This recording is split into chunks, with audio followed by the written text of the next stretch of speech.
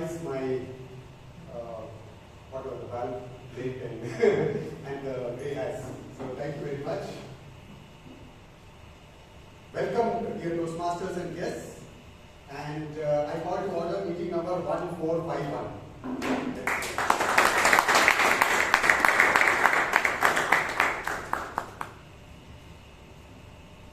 Our Secretary Toastmaster Prakarsh had uploaded the minutes of the previous meeting, that is meeting number 1450 in the group. I would now request him to please share some highlights of the meeting. Toastmaster Prakarsh. Good evening, dear members and guests. Good evening. Last meeting held on 18th October 2024 was a very special meeting. We hosted our 1450th meeting. That means 2 hours of imparting better speaking, better listening, and better thinking from the last 27 years every Friday. We have our founding father with us, Toastmaster Robinson D'Souza. The word of the day was titter, meaning to giggle. For example, if DTM Vijay Anand is on stage and he is talking about marriage, titter is the least you can expect from the audience. The theme was laughter is the best medicine. The best speaker went to Toastmaster Suresh Devineni. He was attempting his icebreaker speech. The best evaluator went to Toastmaster Ganesh Pai. The best table topic speaker went to Toastmaster Anand. The best tag team player went to Toastmaster Priyanka Ranwe. And the best role taker went to 2 people, Toastmaster Robinson D'Souza, who was the table topic master, and Toastmaster Karunakar Dev, who was the general evaluator. There were total 40 members and 13 guests present during the meeting. To know more, visit our YouTube channel, Bangalore Toastmasters. Dear members and guests, are the minutes in order? Yes. The minutes of meeting number 1450 stands fast.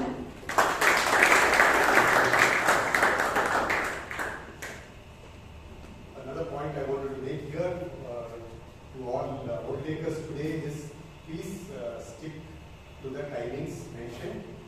Last week, in fact, we had a disqualification because the speaker spoke below the time, and I'm sorry because we did not really explain the rules before, and this speaker had actually won the Best Speaker Award, but had to be disqualified based on timing. So let's stick to the timings. I think the timer will give further guidelines on this by introducing his role. Thank you. Now, may I ask the guest to please rise?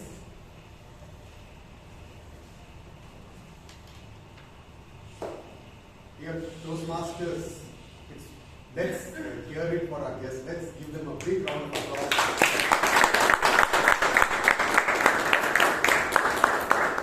Thank you all very much for coming in and joining us today. I'm sure that you will have a great enriching time today in our meeting. Please take your seats. And I now request our committee members to please rise. Dear guests, you may contact one of us here during the break or after the meeting to know more about Toastmasters, and definitely our VP membership, Toastmaster Bryan D'Souza, who would also have a brief introduction on Toastmasters and how you could enroll into this program shortly after the meeting. Thank you. You may please take a seat.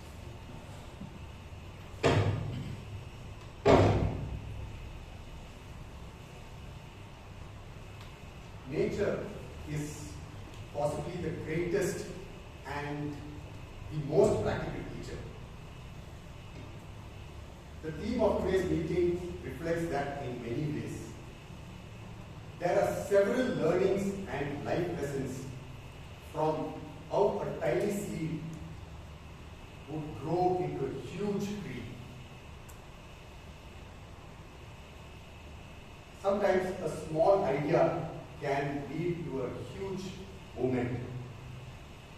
There is one such exceptional and unprecedented movement that happened in a small and backward village called Marotichal in Thrissur district in Kerala. In the 1960s and 70s, this village was rife with alcoholism and gambling. One small tea shop owner, Krishna, however, was fascinated by the feats of the legendary chess player Bobby Fischer, right? And he soon learned the game of chess and started teaching his customers as well and the other people who spot in the tea shop.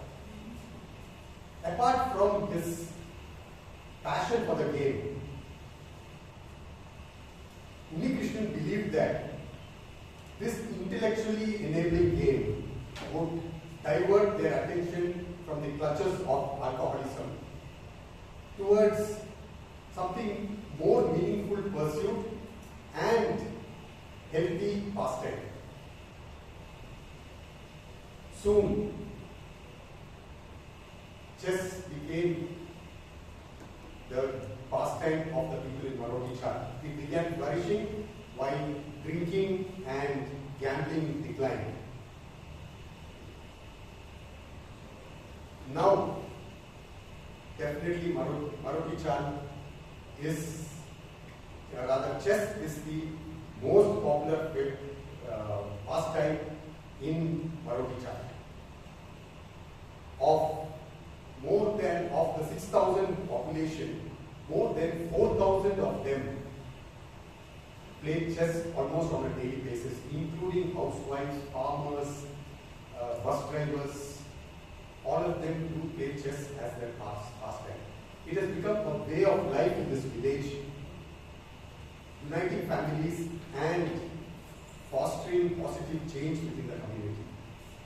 It is said that a thought, if you sow a thought, you can reap an action. When you sow an action, you reap a habit. When you sow a habit, you reap a character, and when you sow a character, you reap your destiny. The story of Marotichal is a testament to the power of what a small action and thought can achieve and how it can transform a community. Dear Toastmasters and guests, the fact that you have joined Toastmasters or that you have come today to today's meeting is you have planted a seed that fosters better listening, better thinking, and better speaking. I'm sure that this would transform your life and help you achieve greatness. Now, the person joining us next is a person who not only wants to transform himself, but he helps others transform them, to help others transform too. A senior program manager in a multinational company, he took a sabbatical to pursue something that he desired to do in other fields. Now, a financial consultant, he helps people take small steps to a better future. And he takes people to greater heights, literally, because he leads treks and expeditions to mountains as a passion. Dear Toastmasters and guests, join me in welcoming the MC of today's meeting, the friendly, helpful, and the quick-witted Toastmaster Pradeep Padmanabhan.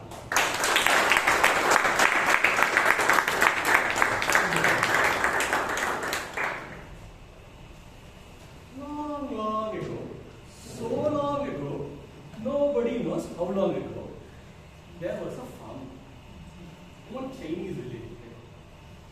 Now, this villagers, all the villagers used to sow a lot of things in their farms. And one of them used some seed. He didn't tell what seed it was. Our farmer hero, he also planted some seed, and he didn't also tell anybody what the name was. Now, sometime later, it was harvest time. So everybody else in the village was very busy going and cutting their seeds which are grown, and they had the yield ready. But our hero is still sitting in that one corner tea shop, sitting and sipping his BD. What the heck is happening to my seed? Year 1 gone. Year 2 gone. Year 3, 4, 5. What do you think? Gone. And then finally, year 6, something happened. What do you think happened?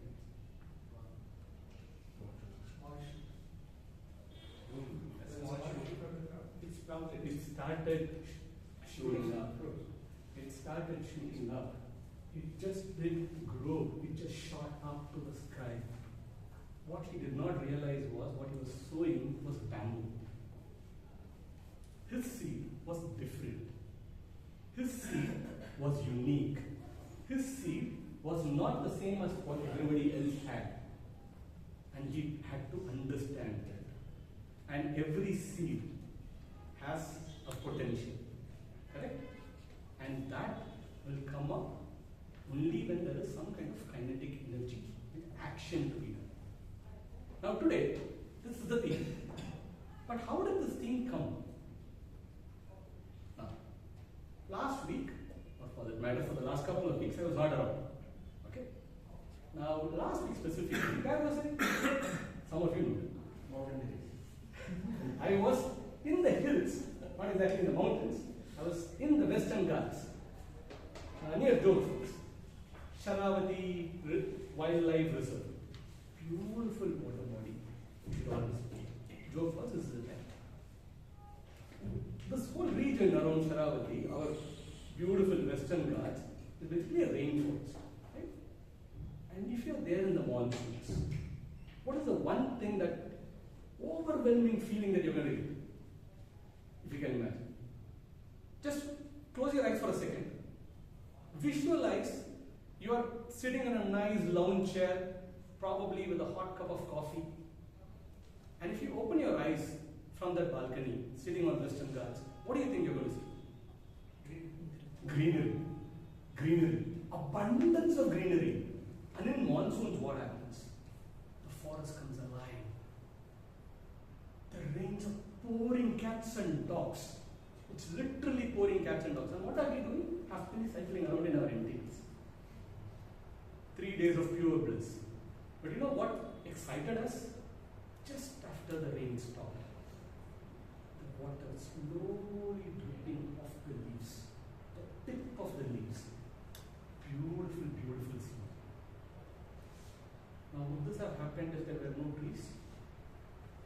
Obviously, right? We need trees. Where do the trees start? Seeds. Now, somewhere way back in history, none of us can possibly time this. Probably not the best of scientists. To time when the first seed was planted. Now, that one seed became a plant, and that one plant became a tree, and that one tree somehow germinated, pollinated, cross-pollinated, whatever. And finally, there is a forest. Similarly, back in 1924, exactly 100 years back, there was a seed of thought in one gentleman. Now, this gentleman did not just have the seed of thought and then, okay, fine, it's a thought, let it be there. No, he didn't do that. He actually went ahead and did a course of action. He gave kinetic energy to the seed and said, let me transform this thought into action and start a club and call it Toastmasters. Okay? Who was this gentleman? For the benefit of our guest, this gentleman was called Ralph C. Medley, Dr. Ralph C. Medley. Okay? And he was looking around and said, you know, there is a real need for things. Back then, probably there were no startups going around and said, okay, fine, there is a need, let me go start a startup. He said, there is a need for people to learn how to speak, how to present themselves. What if they have an idea and they want to bring that idea out to the public? How will they do that? Let me encourage people. Let me allow people to experiment and fail and learn and cultivate what they want to do. And And that is how Toastmasters began. Now what you heard just now is just a trailer. There is a huge picture coming up for you.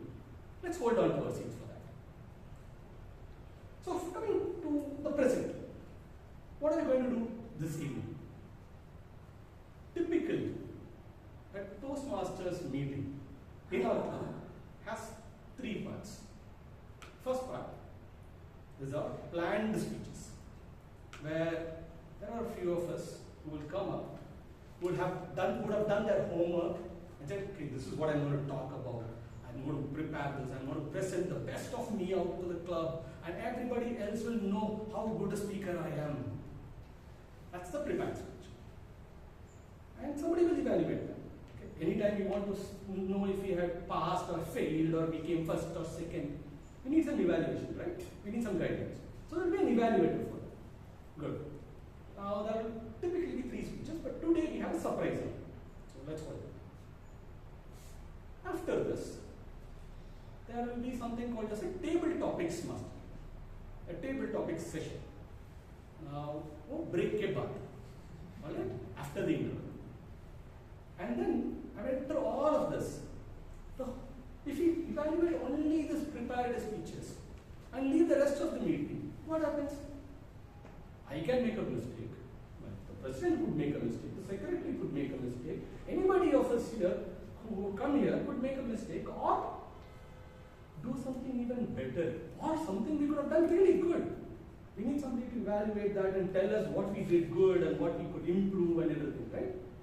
So for that we'll have a general evaluator who comes in and gives us a complete picture of what went, how. Alright. So that's what is going to happen.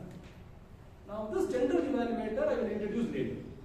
Because hero ka build up not karna hai. We need to really build up the hero picture. I need to be in his good books, by the way. So, are we going to leave this evaluator to do all the work by himself? Will the CEO do all the work by himself? No, no way. He will have his board of directors, he will have his commanding officers and everybody. In that, we have 3 people. And we call that a tag team. Not like you are it or a tag. Huh? It is tag for timer, our counter, and the grammarian. So 3 people. Now, that's what we are going to do. Let me quickly introduce these people to you. Okay? The 3 characters of our evening. Number 1. Our timer for the day is somebody I hope I could have met about 2 years back when I was suffering from back pain. How many software engineers in the house here? Only 1 now. Okay, fine, quite a few. Let's generalize this. How many people work in the corporate industry here? People who sit behind a computer all day? More hands will come up. How many people complain of back pain? Only me here? Oh. Okay, so our timer here is somebody who works tirelessly so that other people can work effortlessly through the net. So he's an ergonomist. And he has a lot of passion about learning things. He wants to really learn new things every day. And that's what keeps him going, and that's what wakes him up in the morning. And he lives by the simple principle. In Tamil there is a saying called as Siru Thuli Peru Vellam, which translates to small drops collectively form an ocean. And this fellow, and our Toastmaster, our timer of the evening, Toastmaster Srinivas.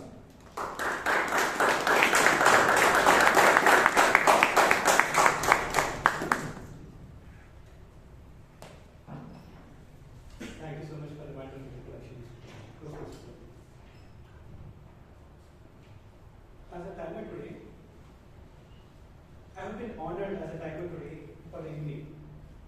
A seed today, a tree tomorrow, as per our theme, which shows a small action can be a profound impact for tomorrow. As a timer, I ensure that each speaker comes on stage prepared, embedded within the allocated time. It's not just a seed need a precise timing to flourish. Your speeches need a well-defined structure to reach their full potential.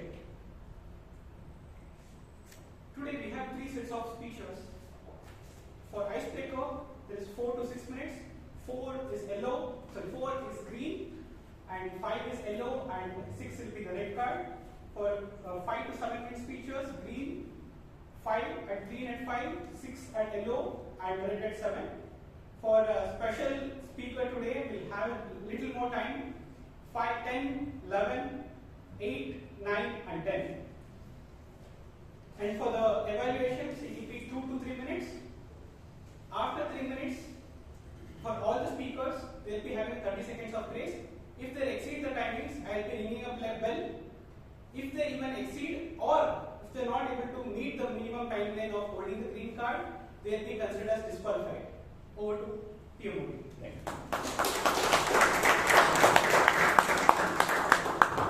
Now, for the next special character in our evening, when we speak, normally we do a lot of and all that, and somebody is pursuing a CFA, a Certified Financial Analyst, to count everything, okay? So he is very good with numbers. So we gave him the job of saying, okay, you sit there and count what people do, okay? So that is our counter, and his special passion is about his morning workouts. And again, a curious cat, does a lot of things, okay? And she loves to go around, play sports and music, and especially Toastmasters. Please put your hands together to welcome our counter, Toastmaster Varun.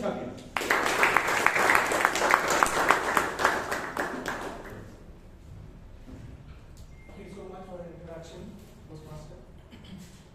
Good evening, fellow Toastmasters and dear guests. Good evening. Today's theme, See Today, Tree Tomorrow, beautifully captures the idea that small and significant steps can lead to greater growth in the future. So, as an art counter, I will be carefully listening to vocal pauses, crutch words, and filler words such as you know, and vocal pauses. I keep track of everyone and will report at the end of the meeting on who best controlled their use of filler words. Back to you.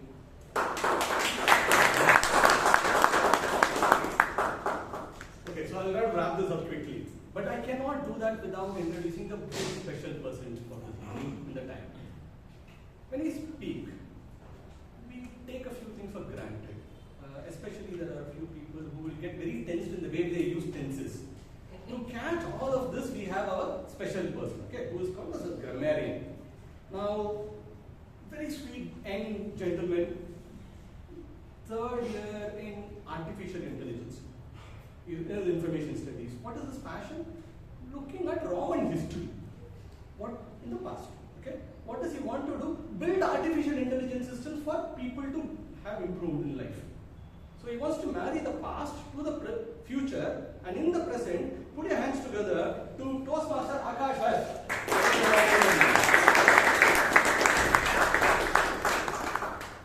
Thank you for the beautiful introduction, Toastmaster today. So I'll be the grammarian for today, and as a grammarian, it's my responsibility to introduce the word of the day, which happens to be embed, which means to fix something into a substance. An example usage would be, no matter how serious the topic, Toastmaster Eapen can embed a reference to China in his speeches. So, I will also comment on the use of the English language throughout the course of the meeting. I will be watching for the 7 sins of grammar, which includes double negatives, adjectives, double comparisons, extra words, incorrect verb tense, confused adjectives, and adverbs. I will also make note of the good usage of the English language, and I will present my report at the end of the meeting and call on by the G. Thank you.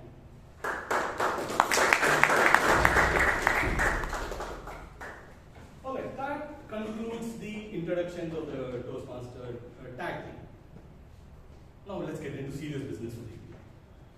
There is one person here very anxiously waiting for me to call his name. But before I do that, let's call the evaluator for this person. Correct? Now, we all plant a seed, and then that seed needs to grow. How does it grow? Somebody has to nourish it. Somebody has to develop it, water it, give it that love and care and all that. Right? And that's what a mentor does. In this case, I'm privileged to introduce my mentor, who is a sales professional, and he believes in that, there's nothing called as motivation. It's just your orientation that you need to get up and do the job that is on your head. You need to get the job done. That's the only orientation. And ladies and gentlemen, put your hands together for Toastmaster Alok Sinha, who will introduce the evaluation topics.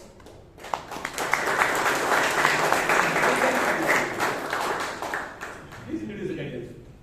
The speaker is attempting the speech on communication styles this evening, and the purpose of the project is for the member to learn about different communication styles and identify their primary style, and also for him to share the impact of their communication style on others. All the best to the speaker. Thank you. The time is 5 to 7 minutes. Thank you.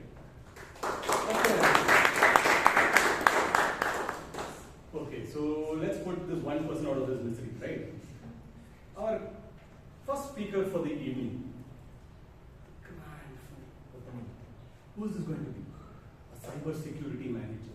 Today everything is about security, everything is online, and we need a cyber security manager. Seriously, man. And what does he want to do? He wants to understand the impact of AI to humanity. We already have one AI, and there is another person already in AI. Let's marry them together. Okay, what is he going to talk about? This is the key part. He believes that everything starts small, and with consistency, everything will build. And ladies and gentlemen, the first topic of the evening: words fade, feelings last. Toastmaster Vungarala.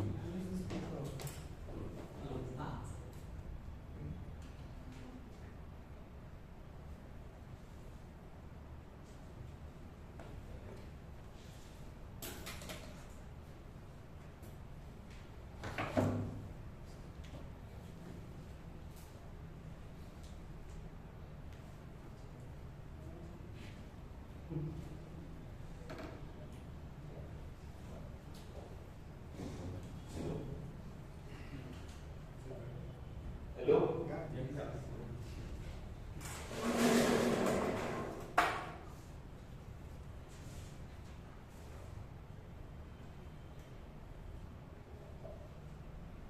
People forget what they said. People will never forget what they felt. Good evening, fellow Toastmasters and my dear guest. Good evening. This quote reminded of my childhood crush.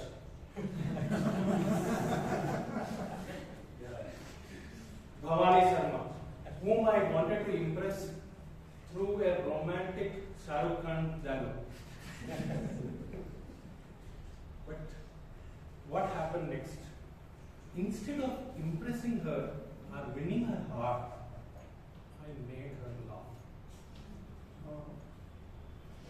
Fast forward, when I met the same girl in college fest, she remembered the exact scenario so well, and she laughed at me and said, "That was quite memorable in school days when I met you." And at last, she married me, finally.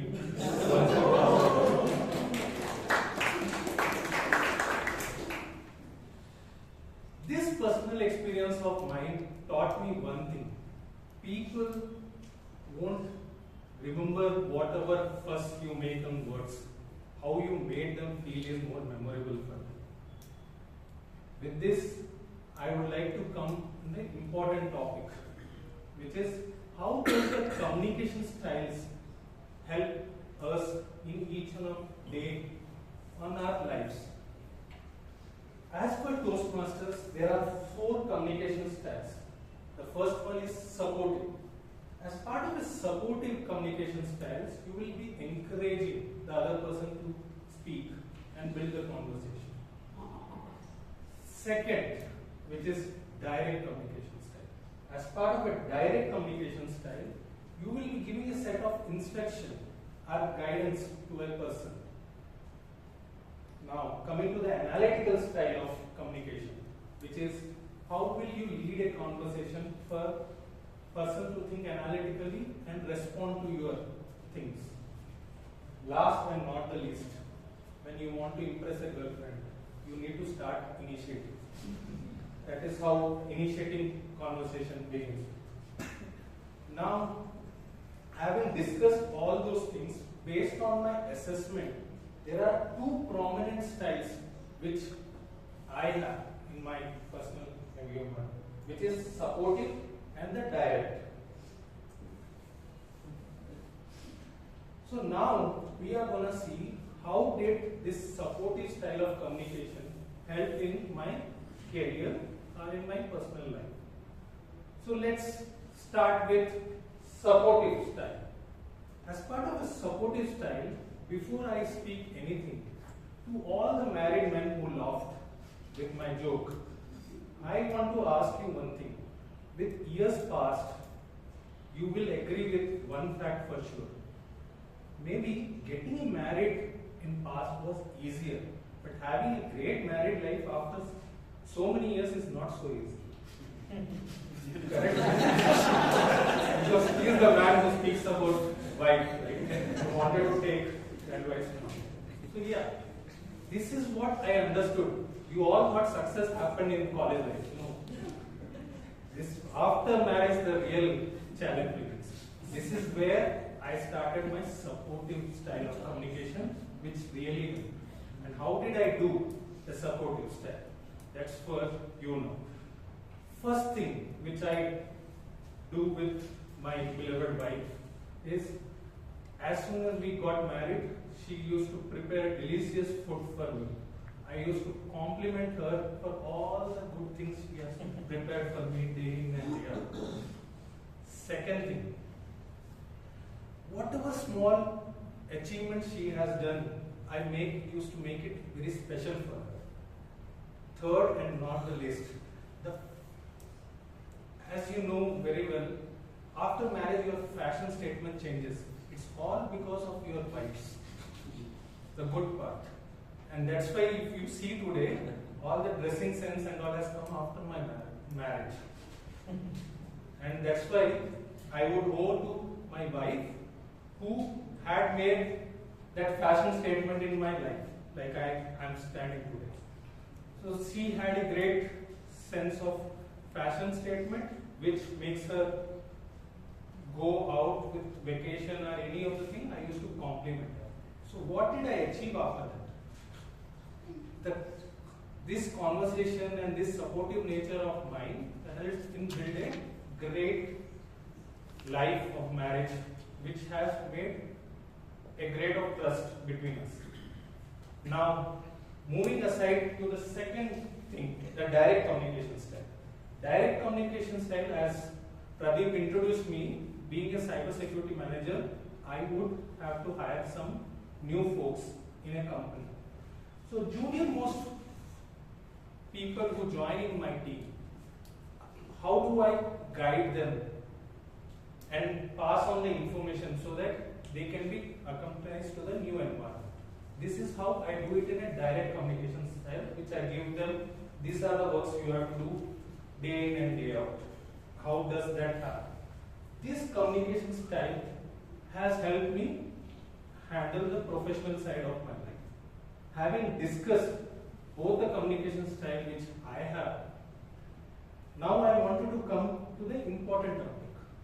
Over a period of time, what I have understood with my experience is, you may use all the four sides of communication style, but what is more important is, it's not about what words you spoke, it's about what impact you created in others' life, what feelings you have generated. That's the main reason why you people communicate. And with this, I would assure you, friends, this techniques have really helped in my life, especially married life. All the bachelors who wants to get married. And with this, I would like to hand over to Team Kumar.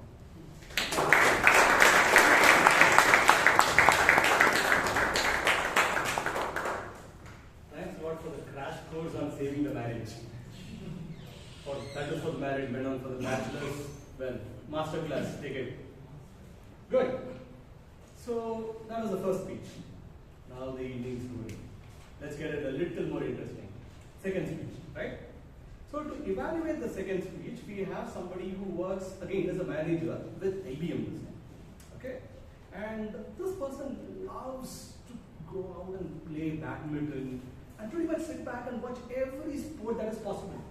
He's got the ESPN, he's got, okay, that's the only sport channel that I know of. So he's got ESPN, okay? Now, he loves to read and travel a lot. That's a passion I share. He has traveled pretty much any place in Europe that you would think of. He's covered it all. So if you want special tips and tricks about Europe, please try. Now, ladies and gentlemen, please put your hands together to Toastmaster Sudipto as he gives us the guidelines.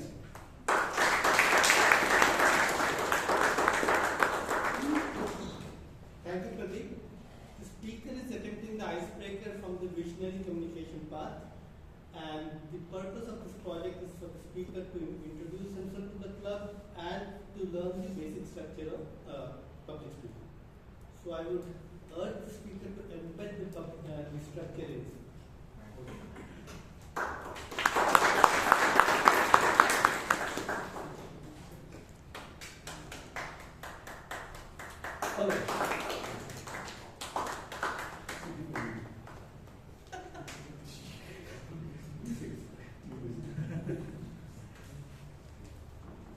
Alright.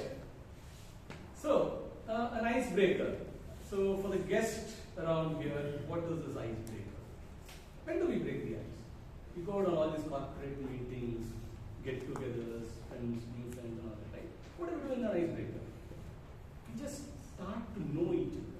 We just get to know each other and say, okay, what do you like? What do you not like? Where are you from? What do you do? Who's your girlfriend? Who's your boyfriend? What else, right?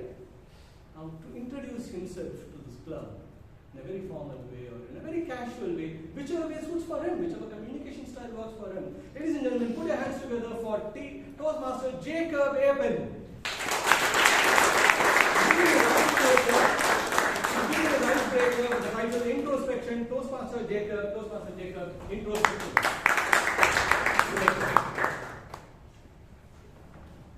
In introspect, an existential question often asked by the young and the old, by the rich and the poor, is who am I? Good evening, Toastmasters and welcome guests. Good evening. I introduce myself as Jacob. I am an engineer running my own firm, Mascot, established in 1993 with the help of my wife. My wife is my partner, so we run this firm together. Mascot is a firm which liaisons between the buyers in Europe and the clients and factories here in India. So we essentially are merchant exporters exporting garments to Germany. To tell you more about myself, I have two sons, the elder being Shalom, who has done his engineering from the same college which I did, RV College, and he has immigrated to Canada. Personally, it was heartbreaking for me to see him go, but then life goes on. I have a second son, Mikhail. He is at home with us. He just finished his degree in international finance. I'm sorry to say that he's also going to fly away soon. So it's just going to be me and my wife in this house. Coming back or in introspect to my early childhood, I have distinct memories of my ancestral house. My ancestral house was located in Alway, Kerala, and the only thing which we kids used to see from our house was, of course, one another's. I had 6 cousins all staying together. Was the verdant emerald green paddy fields all around the house. Our nearest neighbor was across the canal or the backwater in the far distance. Coming back, my father got a lucrative job in the north of India, West Bengal, Assam, and he got a job in Dunkin's, which manufactures premium tea. So we were quickly uprooted, my mother, my younger brother, and my elder sister, to this remote place, this remote bungalow in the center of far tea fields. As far as I could see, we could see tea fields, nothing else. It was very traumatic in the sense that the paddy field suddenly became tea. For us 5-year-olds, this was quite a mystery. How could it be? Because in our minds, we thought paddy and paddy is the only kind of plant which can spread so extensively. So we went there, and I have strong memories of elephants rampaging in our garden, uprooting the plants. It was great fun. They were quite friendly. They were able to take bananas from my hand. We could feed them. They were quite tame. Coming back, I joined school in Lawrence School, Lovedale, Nilgiris, which was another experience by itself, joining at 6 years old and leaving the school at 16. A span of 11 years from 1 to class 11 was an experience by itself. I never thought there would be so many children in the world. I was in a dormitory with 50 other kids. It was a fantastic experience, I would say, because in a way, as we grew up, we became very self-sufficient and learned to manage everything which was required. Soon after school, passing All India Higher Secondary, I did pretty well. I got into college here in RV College, Mysore Road. I had the opportunity to stay very close to where we are on Hayes Road as a paying guest, and the ride to college 13 kilometers away was exhilarating. I was very attached to my motorbike, the ST, those days. Soon after engineering, we went on to work in various companies. I was recruited by a company, Best in Crompton Engineering, and from there to Pune, a Finnish company, from there to Otis, which led me to HCL, a place where I learned the heart and soul of computers. It had embedded technology. Understanding that gave me the experience to start my own firm, Mascot. If you'd ask me what actually shaped my career, I believe it is nothing but the genetic pool, the family support which you have, combined with the number of years you spent in school, in college, which shape you. Having said that, I'm very happy with who I am. I'm happy to be who I am. Thank you.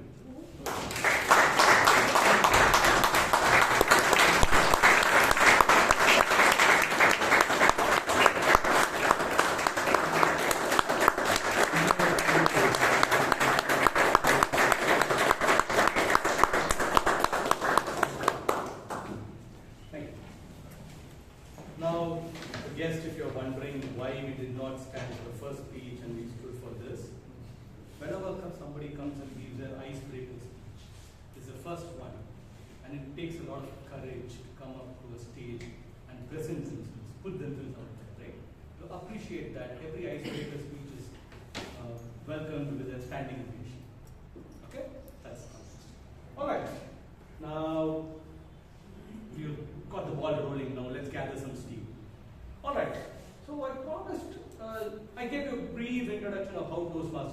right? It's a very small trailer. Now, is it time for the movie? Yes. Good. Let's start this film. Now, to present this film, we have a person who is a historian by himself of sorts. What is a historian? Okay, is he an archaeologist or something? No. He loves to understand histories of businesses. How did the business start? Where did it evolve? And businesses in general, Toastmasters in particular, he has a special passion for it. Now, he is a distinguished and established TEDx speaker. He produces and hosts his own Guelata podcast. And amongst a lot of other things, he also does the Argentinian tango. You're going to see that sometime.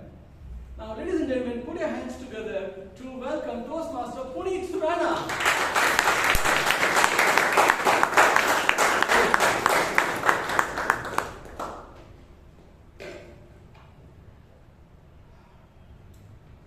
At 6:30 p.m., the club will meet for dinner with the president in charge. Business shall be transacted during the meal. At 7, the president will introduce the Toastmaster of the evening. There will be 5 speeches, each limited to 5 minutes. These, with the comments of the Toastmaster, will take about 35 minutes. At 7:35, there will be 10 minutes of open discussion in which any member may participate, with a time limit of 2 minutes. At 7:45, the comments of the critique will be heard for 10 minutes, and at 8 o'clock, the meeting will adjourn. Well, if I told that to a guest today, they wouldn't find a difference. But this was part of the memorandum of organization in the November 1924 registration of Toastmasters International.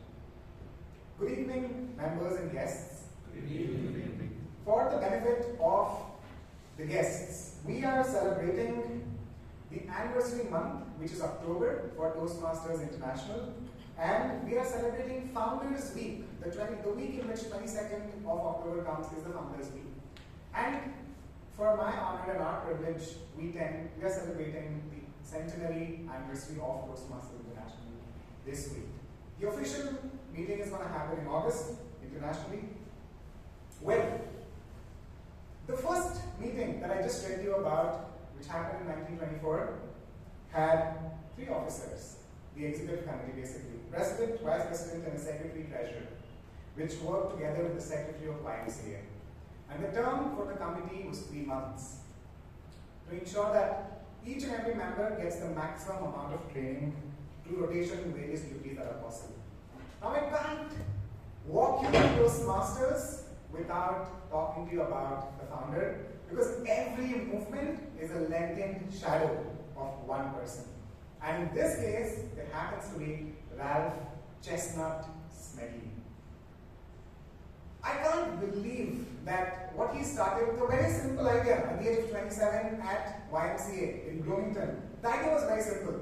Short speeches with criticism between the members and rotation of speakers and presiding officers. Very simple. He simplified it further 20 years down the line in just one line.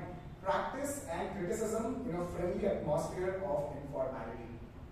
Now, right, in this age it may seem very common, but back then, in a time where oratory was in the norm, where you had vocal variety at extreme level, you would dress gradually, this was a breath of fresh air, because a common business person could speak to a lawyer, could speak to an accountant, could speak to a small gathering in a conversational tone.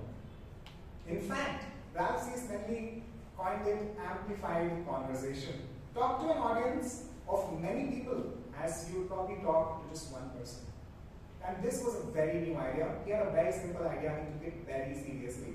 Until I compiled all my reading of Toastmasters for preparation of the speech, I really thought Ralph C. Smedley was a failure for 24 years. And then suddenly came in this guy called J. Clark Chamberlain and transformed Toastmasters into an organization.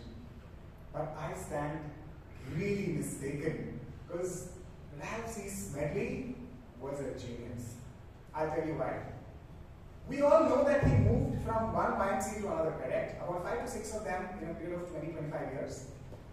And every time he moved, the club that he would form would disintegrate in about a year. And at times it used to be peaked at 50 members, 75 members, and it would disintegrate in a year of him leaving to another YMCA. YMCA stands for Young Men's Christian Association, which Ralph C. Smelly was employed in. Well, it turns out, it's right, it's factually correct. The clubs did disintegrate. But the reason Ralph C. Smelly was transferred was because he was moved to YMCAs across America that were debt-ridden. So here they would bring him in and give him the reins as General Secretary. He would create program activities, the crown jewel of which was Toastmasters. And in 3 to 4 years, he would clear the debt of the YMCA. And usually the debt was in building, in construction of the building that YMCA was housed in. And he did that for 3 different YMCAs in parallel. And after that, he built the final Santa Ana, California that we all talk about. That YMCA was built by him and the debt was cleared by him through Toastmasters. This just blew me away because I thought this guy was a lallu for 24 years. Turns out he can make a lal run for their money.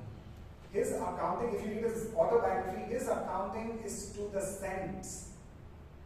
Even as small travel expense as a 2-week expedition to 25 clubs with a budget of $150 is like $123.35 spent. Unbelievable as a founder. And when he was not only paying off debt, he was also improving the level of the impact that the YMCA had in the community. So once he started scaling Toastmasters, or actually Toastmasters scaled on its own, if you look at the history, the word of mouth was really powerful.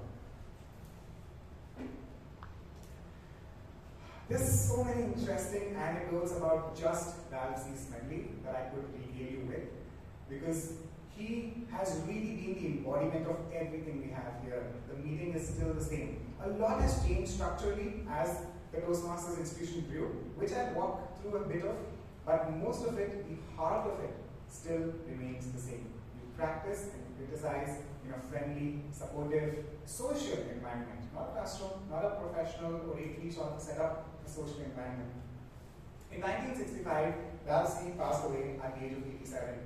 But if you read his autobiography, until the age of 75, he's traveling extensively across different Toastmasters clubs. Well, there's another bit in the history of Toastmasters that I need to probably point out again.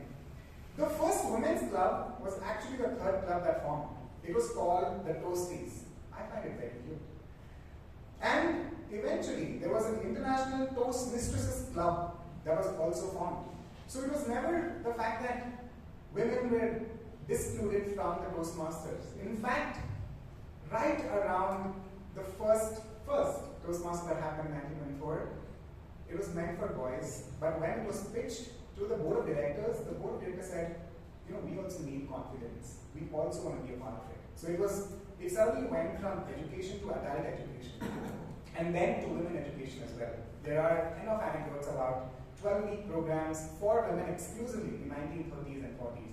I still don't know the anecdote yet, why it was discontinued, and why we have that famous anecdote that a lot of Madam Toastmasters or Toastmistresses, like a veteran Toastmaster would call it, share, which is about somewhere around the 1960s and 70s. It was exclusively for men, Toastmasters International. And this one person was hell-bent on joining as a member. The person changed the name to H. Blanchard, or Blanchard, however you call it, and joined the club. And the audacity of the club was to figure out what would be the first name of this member in the registration books. And so they did a table topic session to vote for the best first name. And the best first name came out to be the Homer Blanchard. And that was what was used to register the member in. 3 years down the line, 1973, in the convention, it was passed that women can become a part of Toastmasters again. And that's when it was revealed that Homer Blanchard would finally update her name to Helen Blanchard. And at that time, she was the president of the Toastmasters Club. Eventually, she ended up becoming the first women president of Toastmasters International in 1985. Now, Toastmasters grew eventually. It had a very gradual growth because of a lot of political and scenarios that were happening in America and across the world. But as it grew, it also opened up its doors for special groups.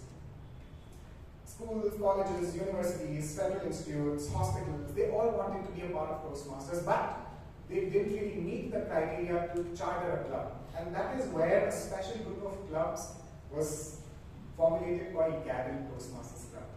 And if you see the Gavel clubs today, you will see in small sponsored by so-and-so Toastmasters Club. They are not officially recognized as a club, but they are recognized as sponsored by a Toastmasters Club. And this is 80s, 90s. In the early 2000s, Toastmasters finally got their website, somewhere around 2002, 2003. And around that time, there were about 2 lakh members and 10,000 clubs across the world. In 2016, Toastmasters finally became digital. This was the time when Pathways was brought in. And in 2018, Toastmasters got its first official headquarters that was owned by Toastmasters International fully in Colorado. There's a quick trivia here where the first office that Ralphie Smedley had was a 200 square feet office with 1 table, 1 telephone, 1 registration desk, a lot like Devineni. And that was in Colorado. And then over the years, it was brought back to the mother place, which was Santa Ana, California. And about 9 years later, the head office goes back to Colorado. In 2019, Toastmasters associated with Rotary Club as a strategic partnership. An interesting thing here is that Ralphie Smedley was a lifelong member of Rotary International. And the International Toastmasters comes actually from the International Rotary. He admits it in his autobiography, and I find it very, very cute. In 2023, there are 3 back-to-back lady presidents in Toastmasters Club. And today, we have over 2,70,000 members, 150 countries, and over 14,000 clubs. Well, I'll end with this small quote from Ralphie Smedley. Let us continue to be a movement rather than an organization or an institution. A movement is headed in a definite direction with clear motives and destination. And it employs only such machineries like complicated tools, systems, processes, as is required to make progress towards the goal.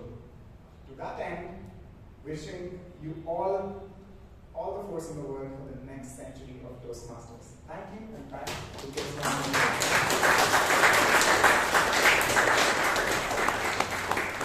Thank you, Toastmaster Puneeth, for a wonderful walkthrough over the years. Beautiful history.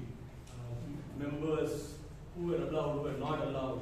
When did the first woman become member of Toastmasters, all the way to becoming the president of the Toastmasters? Thank you for that brief summary. Good, we all enjoyed it. When we watch a movie, what happens? We want popcorn. And then there is a break, interval. Now, let's have an interval. Okay? So, we'll take a short break, 5 minutes. And any of the new guests who are here, the restrooms are around and to the right. Okay? Alright, 5 minutes. The timer. So, exactly. Alright. Everybody settled in? A nice reprieve. Caught up with your chai, coffee, nothing, right? Only water. Alright, good. Now let's read this. Now, have you guys ever walked up in a party, probably to a girl or a boy, and just started talking? You wish to, right? At least a few of us. Alright. For a few, it works out very well. It works out very well, right? And for a few, you need a little bit of practice. What if you're suddenly locked in a lift with somebody? Maybe, again, start with a pretty girl or a boy. Or let's say the CEO of your company. And all you have is the time between the ground floor to the floor that you have to reach. How do you start a conversation? How do you start an impromptu conversation out of the blue with somebody? You need practice, right? Practice always helps. And to do that, to put you exactly in these situations, we have a special event. Okay? So leading that event is somebody who loves food, different kinds of food, who loves to hit the gym and sit in peace and meditate. Ladies and gentlemen, put your hands together to a seasoned HR professional and a Toastmaster, our very own Himani Pandey.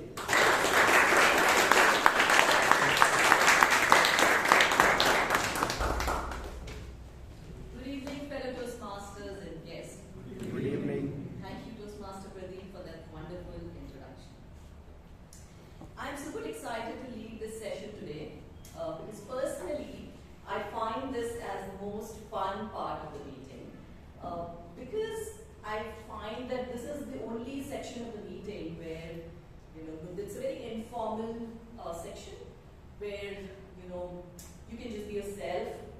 There's no particular format. Nobody's evaluating us or judging us. So it's a very fun section where the format of the table topic session is that I will be sharing some very simple and random topics, and I'll call upon one person on stage where you have to share your thoughts with everyone on the topic. So the time given for each topic to the speaker is 1.5 minutes. At 1 minute, the timer will show the green card and 1.5 minute red, which is when you need to stop. How this session will help us is in building our thinking on feet and impromptu speaking skills like Toastmaster Pradeep explained. What we're expecting is, we're not expecting, anything like, anything very serious or anything that comes to your mind, we're just, we're not expecting any big philosophy or anything, but anything simple, any thought that comes to your mind about the topic. It can be your personal experience, a story, anything interesting, any quick opinions. So let's begin this session. Yes. Yes.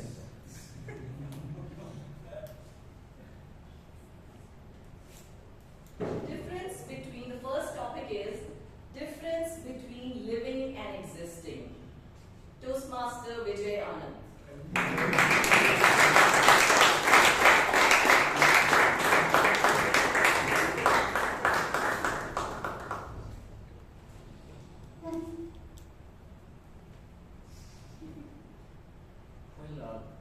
Toastmaster Sreenivas, the tall gentleman, right? He gave us some tips and yarn how to speak, and he was stressing on. Since he mentioned my name about marriage, so I just take that between living and existing. So, table topic, fellow Toastmasters. Now, a lot of yarn is given, right? I can give supporting style and direct style. So we think he's erased that. There's a reason why he's erased that. Before marriage, you can have direct style, you can be analytical, you can initiate the conversation. That is your living. After marriage, he left the room, so in absentia, we have to remove the direct style because living becomes just existing. So I'm not cursing all the married folks, I'm not cursing the spouse. You've got to thank them because you learn so much. You learn from your spouse what is direct communication. In a positive way, Pradeep. When you say something deeply or analyzed, the spouse puts out analytical thinking gap and the analytical communication skills connection, agree with me, it is simply like, it skyrockets. And then you think of starting a conversation, no way. The spouse takes over and the spouse initiates the conversation. So before marriage, it's purely living. After marriage, it is purely just existing. You just got to support. In Telugu, they say, right, the husband, anything the wife asks, the husband says, Antega. That means, that's all. So friends, you will become a very supportive spouse after marriage. So you have to raise direct, and I would probably say, don't worry. So before it is living, and after marriage, it is just existing. That would be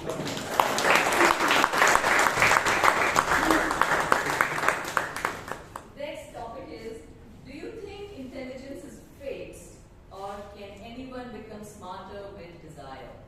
Toastmaster Abhay Kothari.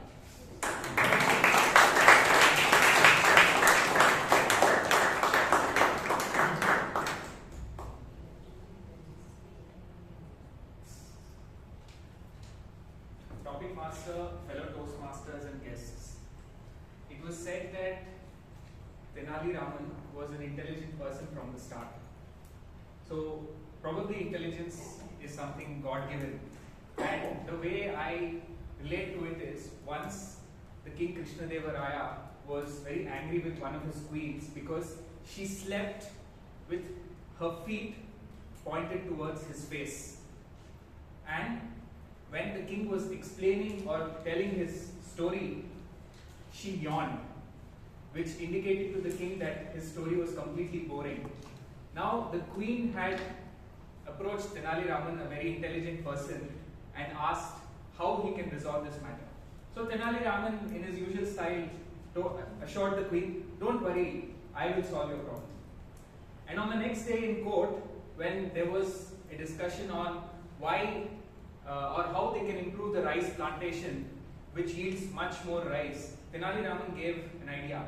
He said, "Sir, I have a seed which, if planted, can give a large yield of rice." And then the king asked, "Can you get us that seed?" But Raman said, "There is only one condition, sir." And the condition was that the seed has to be planted by a person who has never yawned in his life. So that way, Raman gave an intelligent hint to the king, saying that yawning is very natural to someone and you cannot really help but yawn. So I think intelligence is not really fixed, but sometimes you are actually born with it. Over to you.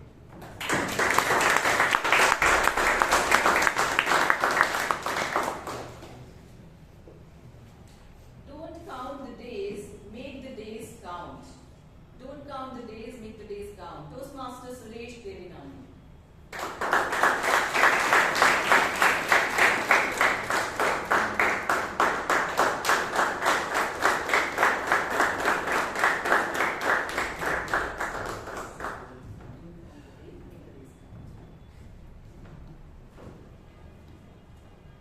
Don't count the days, make the days count. I think what Vijayan explained, suddenly before marriage, when we are with the girlfriend, suddenly we make our days going without counting. But soon, once we get into marriage, first 1 year, little bit is okay. So the moment you get into the second year, third year, especially when your wife knows that you know cooking, then makes your every day you are counting when this get over. And after this COVID time, where we started working from home, which is hybrid work culture, this has become more and more. So some days our family obligation is more than the office obligation. We asked our bosses, "Please take us to office." They say, "No, it's hybrid culture." Not the office. So what I say that if you have skill, don't show to your wife. Then you start counting this.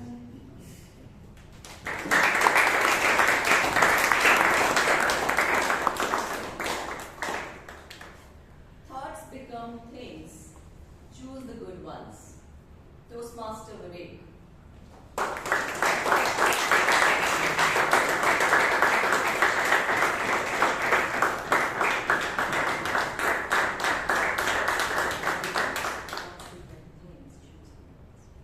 Thoughts become things, choose the good ones.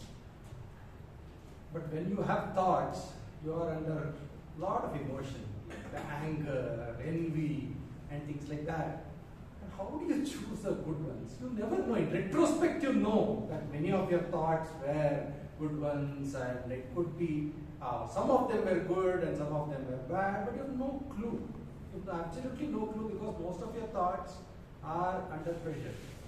For example, for many times I felt that I've spoken more than what I should have. So at that point of time, I felt that I am actually being very direct, like the way direct communication. I'm being very direct. That's the way to speak, and it persisted for weeks together. I felt that's the way. But if you look at it from a perspective of over the years, the amount of heartburn that I had when I did that, and perhaps some sort of a joy that I got by speaking so directly, over a period of time I felt that it was not the right approach. Maybe that didn't really add to anything. So in retrospect you feel that, oh, this could have been wise, that could have been wise, but whole life is in retrospection. Everything is nice when you look into the rear view mirror. Everything is, as they say, insight is or wisdom is 20/20. right? I mean, people tell you, oh, why did you make this mistake?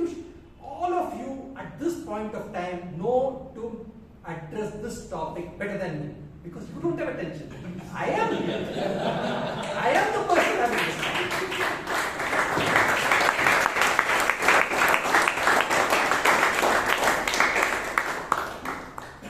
Your day at the zoo. Toastmaster Bryan.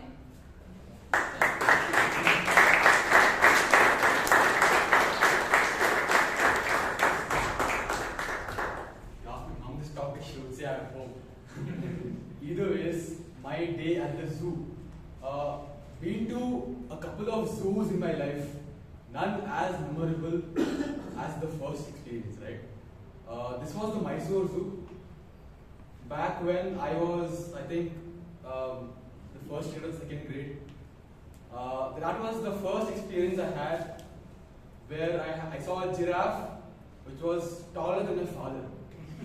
Until then, my dad was the peak. And when I see something taller than my father, it is something that you will not forget, to be honest.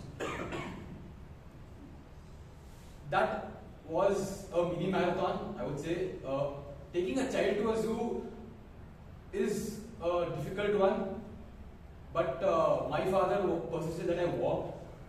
So, how many of you been to the Mysore Zoo? How many of you sat immediately after you exited the zoo? We all have. So there were some good memories of that trip. Obviously after that, all the knees, ankles, all the paining. But it was a good experience out of it. It was a new, a perspective, I would say, that I did not see in Bangalore. When we went on a trip as a family is when I was shown that there are what we see in textbook does come out to be true.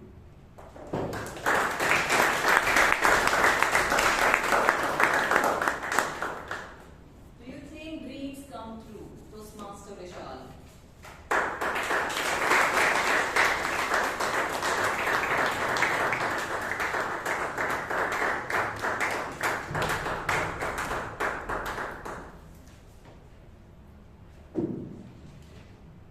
Every night when I look up in the sky, I wish I see a shooting star. Just so that I can wish that my dreams come true. But you see, it doesn't always happen. So I sat down, thought about it. Why does it not happen? There are multiple factors. But the most important factor is that I wasn't putting in the work.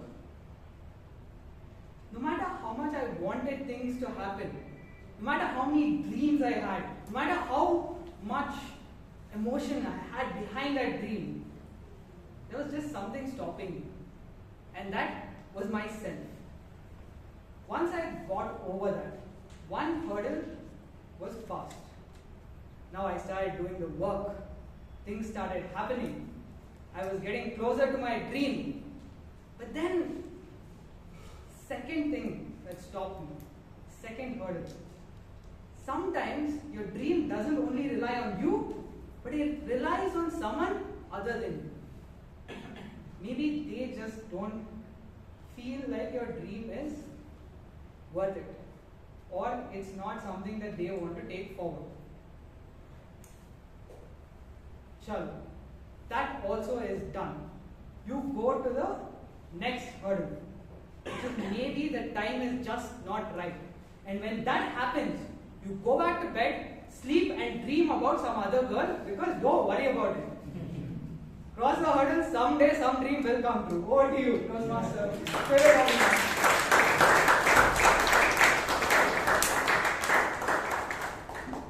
Do you think people can change? Do you think people can change? Why or why not? Toastmaster Mahesh, Lokesh.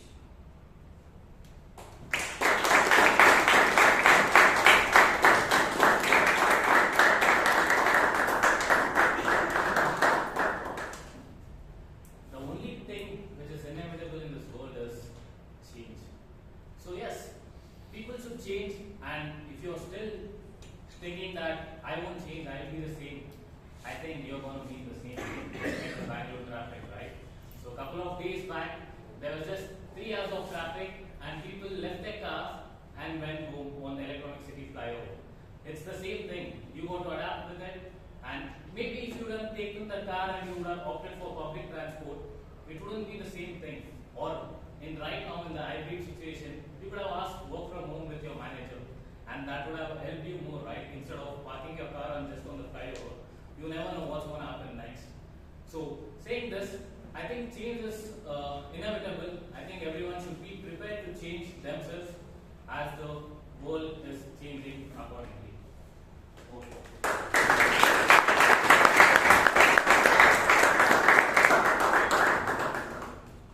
Do you think reading books is important in today's digital age?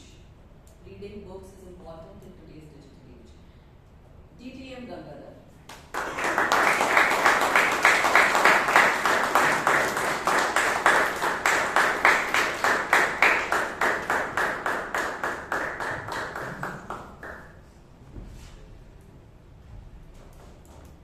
Do you think reading books is important in today's digital age?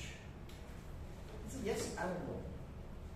In the sense, it's important that you should have the habit of reading and not digital.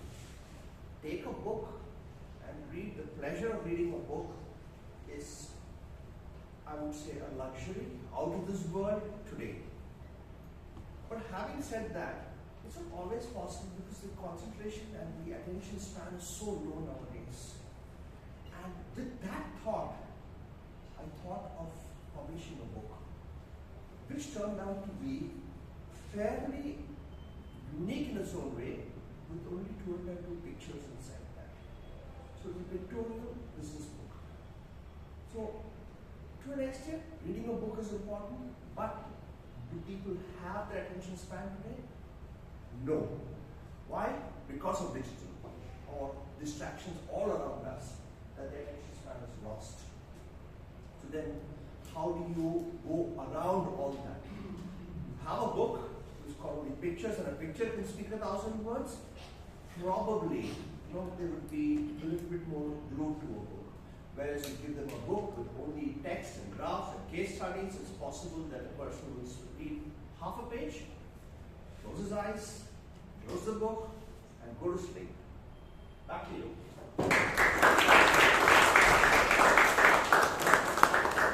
Your day at the beach. Toastmaster Shelma.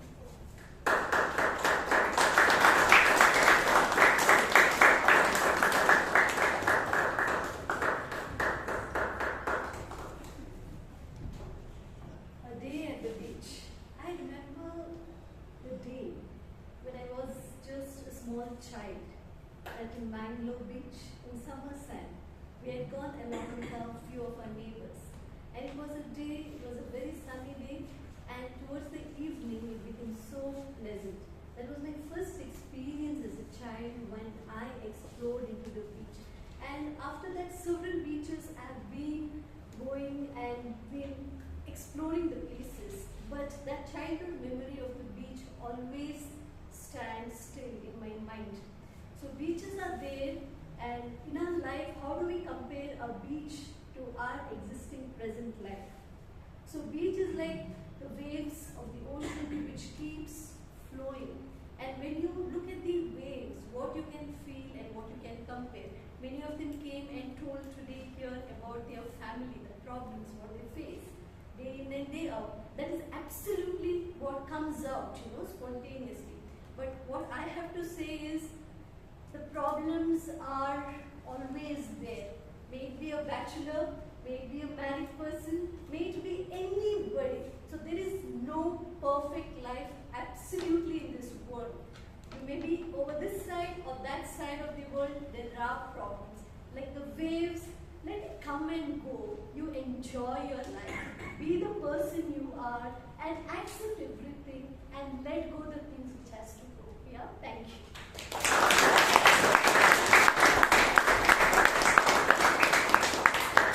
Beauty lies in the eyes of the beholder. Toastmaster Robinson is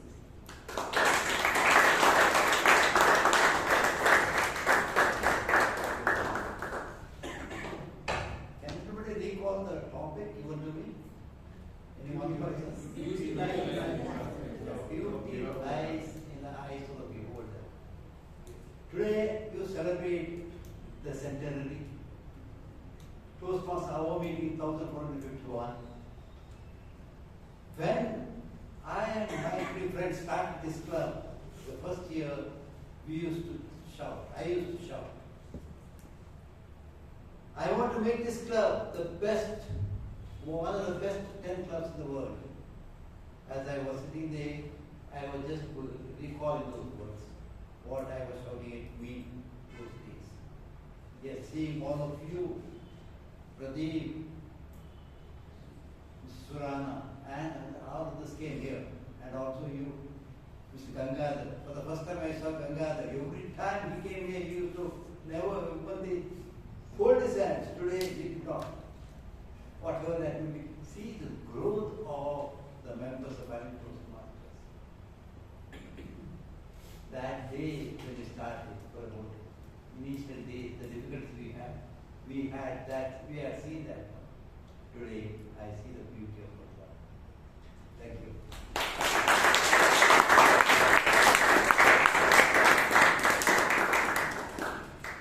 Favorite childhood memory? Toastmaster Mahaveer.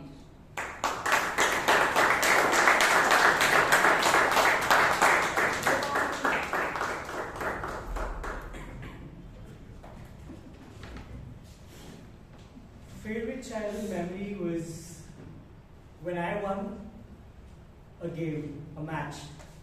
What match was it? Well, I used to be a skater, roller skating. Imagine you're going in a car or a bike at a speed of 50 kilometers per hour. The same way I was skating on the nice road, and we had the road event that day. And we started the event. The referee was there, he said, take your mark, go.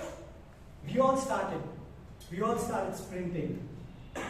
Then I sprinted, and it was a long race. So in the middle of the race, I just fell. I got hurt. And my competitors raced me and went forward. They were my teammates over there shouting, come on, go, go, go.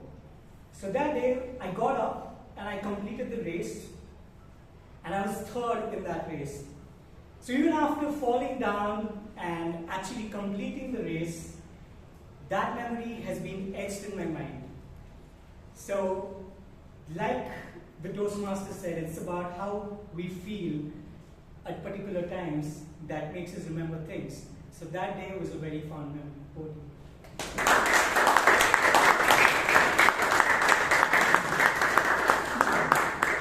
Social circle and friends are important for happiness. Toastmaster Aranya.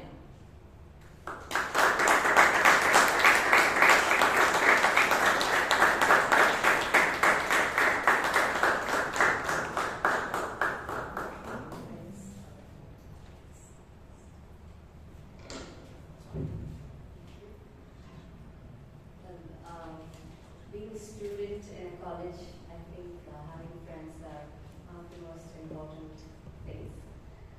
But not having friends is not quite ideal for a college student. But friends play a very important role in each person's life. It's usually said that show me your friends and I'll tell you who you are. So making the right kind of friends and being in the right group of friends will lead you up to certain path in life. You choose your best friend in your college days and they give you the best memories during your college days. And we all have our fun days, we all have our bad days too. Friends usually is shown in the television or in the movies, like, oh, it's all fun, but I do have a small anecdote of me and my best friend. About a few months ago, we were all good together, but due to these silly fights and cat fights with one another, we had to take a break off, and then again, we had to get back together. So, friends play a very important role in each person's life. Thank you.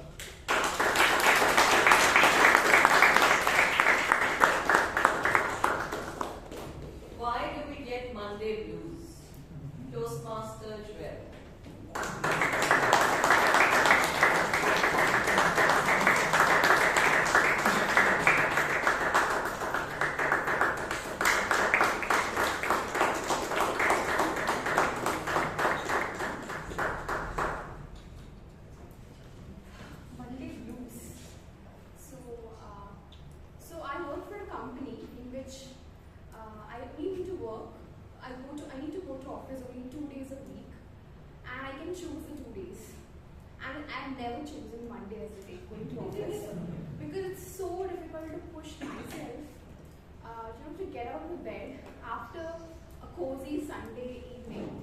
And I think they say that Sunday is never the best day of the week. It's always the Friday because the anticipation that weekend is coming, that adds to the excitement and the same. Sunday is always the worst day of the week. Thinking that you have these Monday stand-up calls, you need to face and everything.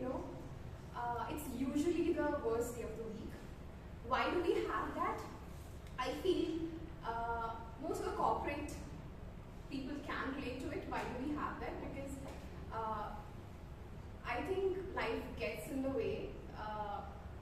Weekends, most weekends, at least we try to do something interesting, and then Monday happens, and then the reality hits that it's not always fun and everything. So I guess most of us face Monday blues.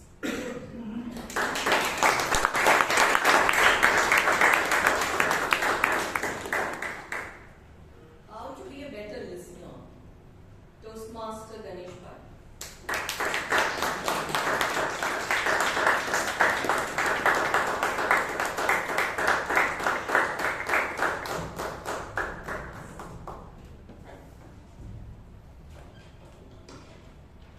How to be a better listener? I think that's something I'm really and seriously trying to figure out myself. Because whenever I'm talking to people, as they're speaking, my mind is always about what should be my next response. How should I counter it? How can I make hole in someone's argument? Ideally, that's what is really going on in my mind as I'm listening to anybody, right? Most of the time, especially in an office context, more so. Today I was reading a short piece of article, and in that I read something very profound. It seems those who are policy makers, right? Those who form policy in the government, these guys are adept listeners. And what's the basis I'm saying this? If you say something and then ask them to repeat, they'll repeat exactly the way you had envisaged the point. So, which essentially means they are listening to you exactly the way you wanted to communicate. And this is such a powerful skill because, first of all, for you to have a cogent view on any topic, first you should be able to understand others' point of view, unbiased, dropping any judgment, and then be willing to challenge yourself to see whether your point is really worth it. Does it really stand on its 2 feet legs? So, in my view, I think some of the leaders, you should watch them. They are listening to you with the intent to understand and not to respond. And I think that's something we really learn at Toastmasters, and especially for me, I think it's time I practice that. Thank you so much.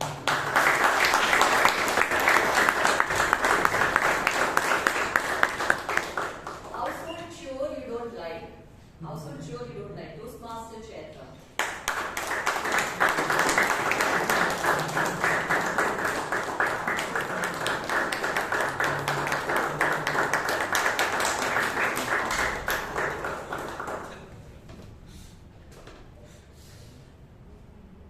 I remember being in college, and one day I went to visit my uncle.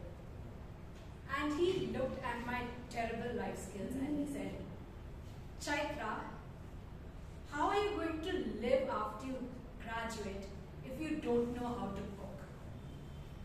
I said, "Simple. I just find a roommate who cooks." So this is something I really hate doing. And one thing that I found out is I really don't know how to cook because I haven't really put in the effort to learn. And that compounds over time. You slowly look at where you should, what kind of skills you should have, and then you hesitate to even try because your skills are down there, right? So that's where I am right now. I also am in a situation where my mum is an amazing amazing cook, and everything I try is really bad in comparison to her. In fact, my brother, every time I cook, he tastes the food and he says, "This is interesting." Exactly. So that's how the British say that it's terrible. Okay. But he still finds the need to somehow encourage me. And so I keep telling everyone that my brother has inherited my mother's cooking skills and I have inherited my father's. But when I look back at my cooking skills, it's because just like my father, I have not put in the effort to learn to cook.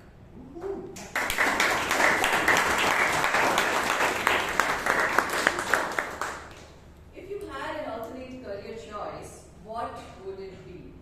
Toastmasters Pradeep Mani.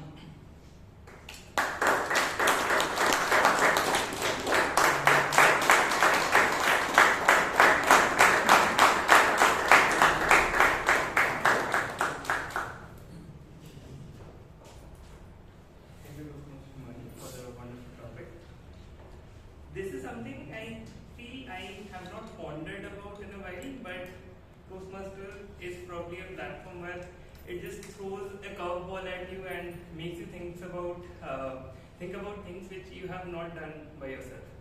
It's one of those things for me. And why I'll tell you. Because I am an engineer who did an MBA working at a corporate for a good 6-7 years now. But I never wanted to do this. As a child, when somebody would ask me, what do you want to do? I had a very clear answer. I wanted to write. I mean, all those school magazine, college magazine, small poems, essays, everything was there. And I think at one point of time, I even thought that I will take it very, very seriously. I will hone my skills to take it up as a profession. But somehow, I think life happened and I am where I am right now. But as they say, it probably is never too late. So you never know. 2024, I am a corporate worker. I was going for another word, but then I changed my mind. By 2025, 2026, you never know. Maybe Sudeep Maji, a writer, somewhere down the line.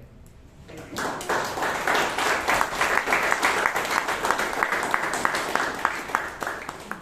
Thank you so much for supporting the table topics session.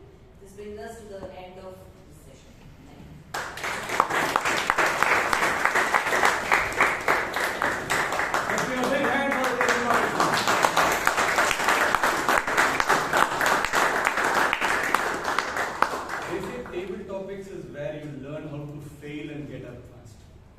I don't think anybody got that message. Everybody was passing, nobody was failing. Well, now comes the serious business, right? All the fun and frolic is over.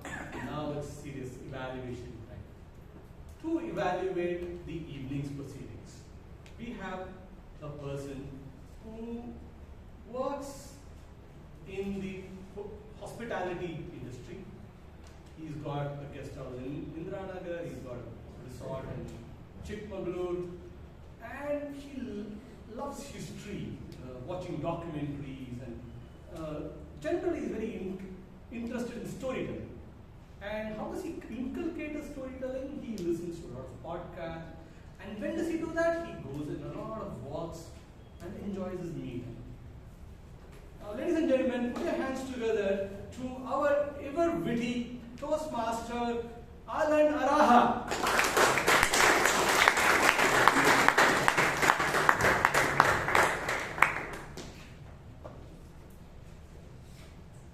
Good evening, everybody. And today, meeting number 1451. The meeting started at 6:30, thanks to our chirpy, ever bubbly Sergeant at Arms, Shreya. Now, one thing about Shreya, she may look like a small package, but she has big energy. So she has great energy, and she owns the stage, I think. Don't you agree? Like, she really feels she owns the energy. You are great relatable, and that's something that is very nice. You also use humor well, which is very interesting, because even when you were talking about politics, and then after that you added humor, which was very interesting. And overall, for a sergeant at arms, especially when you start the meeting, you need someone who starts it with a lot of energy, and that's what you provided, and kudos to you for that. Just one suggestion before everyone claps, is that when you came and you started off, you said, "Hi everyone, please settle down," right? So what I would suggest is 1 minute or 2 minutes before, say, "Hey guys, we're starting at 2 minutes." Because when you come in, you say, "Good evening everyone," and you just start off like that, instead of breaking it by saying "settle down" and then saying "good evening." That would work out probably better. Also, if people are talking, it just helps them settle down and then start the meeting. That's just something. But overall, great job done. Please give her a good round of applause.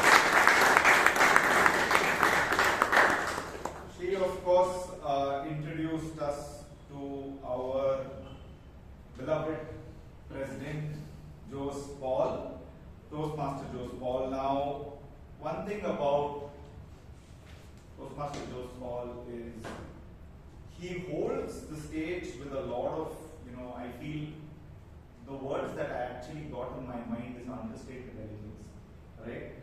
Very understated usage. Now, coming to, what he spoke about, one thing which I really truly felt was, it was great parallels that you drew between your story,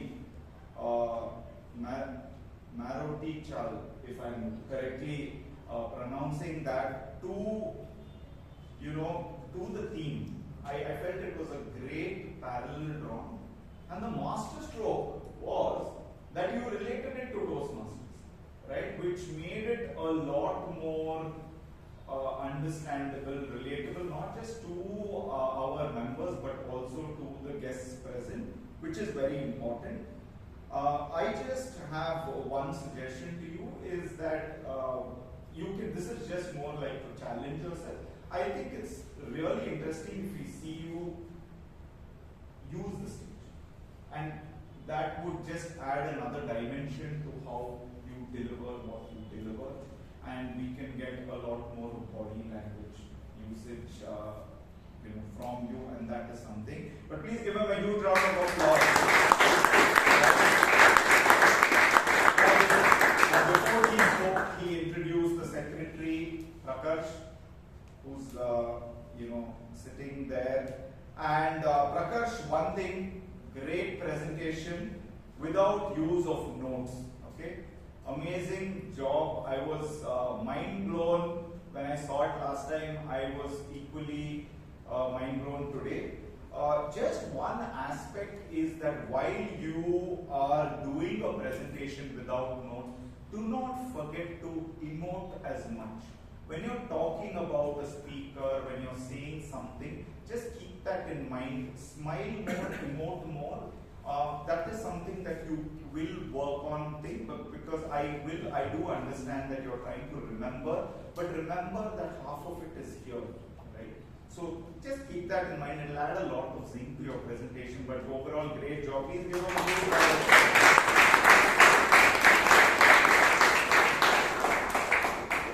We had the Toastmaster of the day. I will come back to the Toastmaster towards the end. We will now move on to the prepared speeches, and we had the first speaker, who was Srinivas, who's going to be evaluated by Alok, and may I request Toastmaster Alok to come forward, please.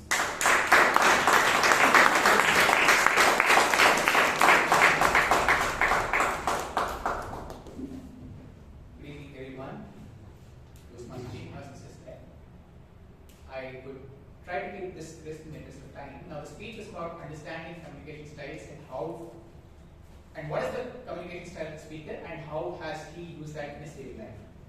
Now, I get the delivery part of it because I think that was the simplest to evaluate. Now, Srinivas was confident, pleasant, conversational, had good eye contact, used the stage well, and the pauses were apt. So, if you look at the delivery, there is eye contact, there is vocal variety, and how confident the speaker appears on stage. So, all that were perfect ticks for me. I really have nothing to comment when it comes to the delivery of the speech.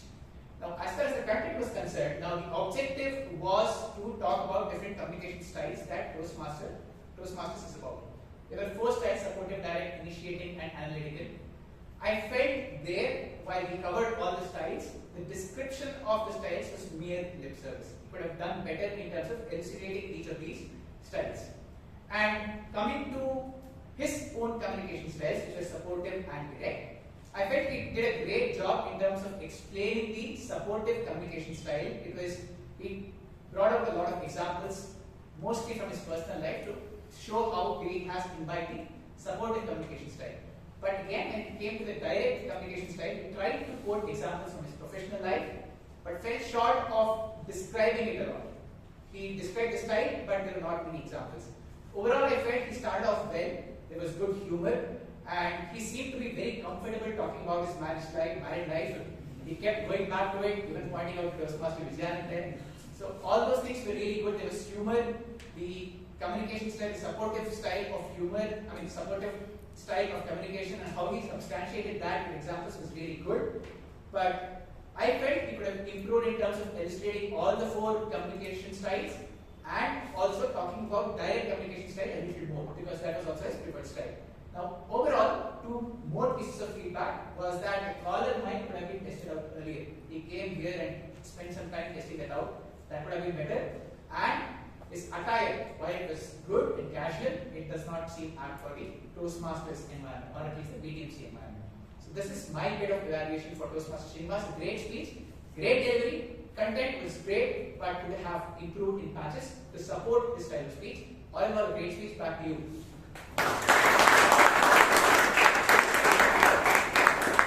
Thank you, Toastmaster Alok, for that comprehensive evaluation. Moving on to our next speaker. Our next speaker was Jacob, and his evaluator is Sudipto, and may I request Sudipto, Toastmaster Sudipto.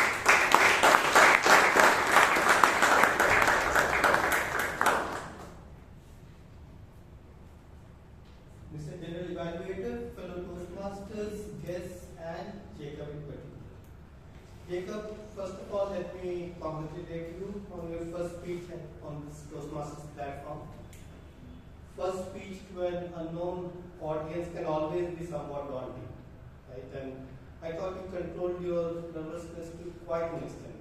And you had a hint of a smile throughout your speech, which helped you to control your nervousness even more.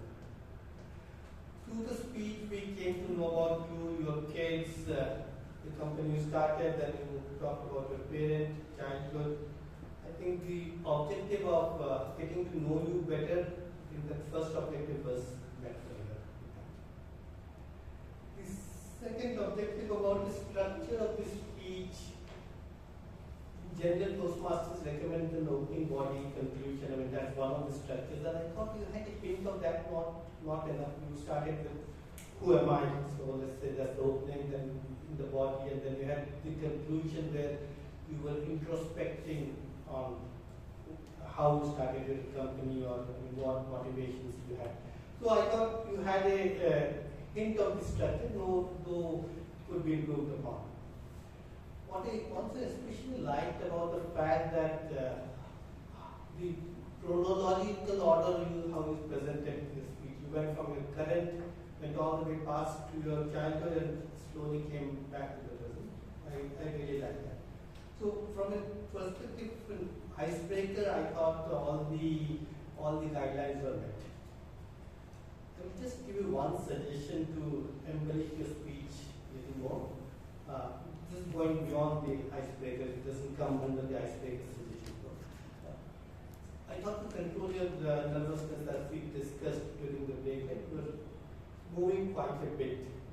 at least somewhat moving and trying to twitch your hands a lot, right?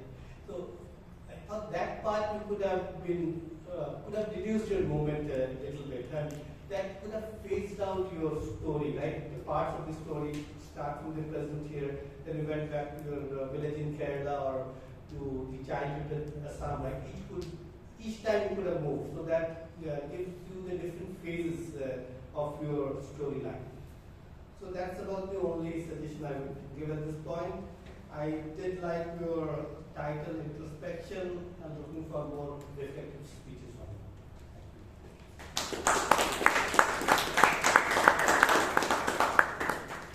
As a general evaluator, it is my duty to evaluate the evaluator, not the speaker per se.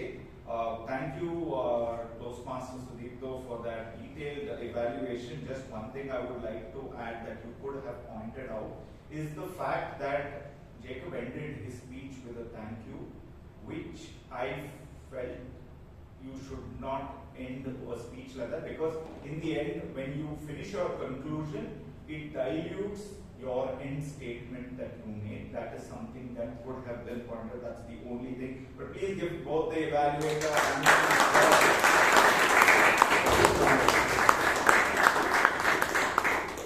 we then had an enthralling education session by Puneeth about the history of Toastmasters. So please give a huge round of applause.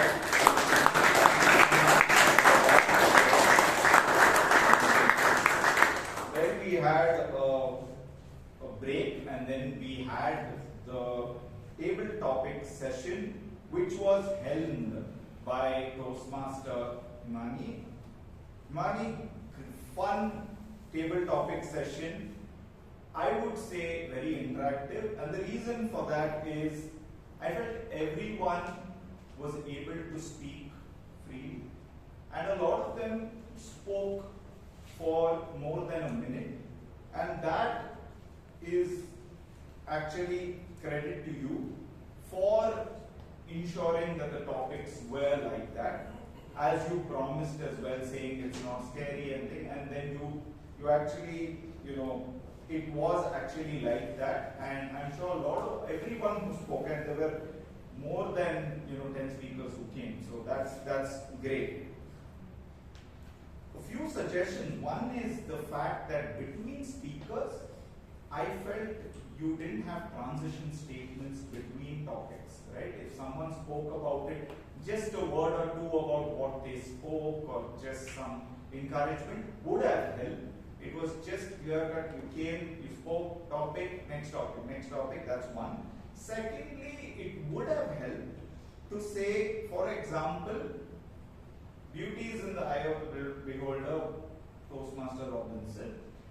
Again repeat the topic, because there were few speakers who came and asked you to repeat the topic. So while they are coming as well, for them and for the audience to just remember as to what you said, just twice repeating it would have helped. But other than that, I thought it was a great session, and please give Toastmaster and I a huge round of applause.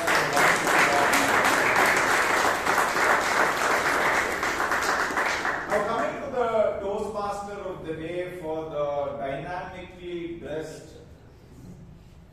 Pradeep. Pradeep, I have to first of all to start to tell you that you are a great storyteller, right? You make people visualize with words, which is a great trait. And the good part is you had great introductions for everybody, and you could actually say that you've put a lot of effort before coming on stage, which is extremely very important. And the one good aspect about it is when you talk about preparation, the other flip side of that aspect is I felt your introduction and the theme, your time allotted was 9 minutes, your theme an introduction because you spoke about Ralph, you're the farmer, your explanation, that went up to 17 minutes, right? And because of that, it, overshot time, and that is something for you to keep in mind. Though it was very interesting storytelling, right? That's one. Secondly, one small other aspect is names. Ralph, you said Ralph Medley. Ralph C. Medley was the Alok Sinha is a very important, especially with names, because people are very, it is an important aspect. That's something just to keep in mind. But overall, I thought you had great energy, and for someone who strings the meeting together, I thought you did a fantastic job. Please give Toastmaster Pradeep a huge round.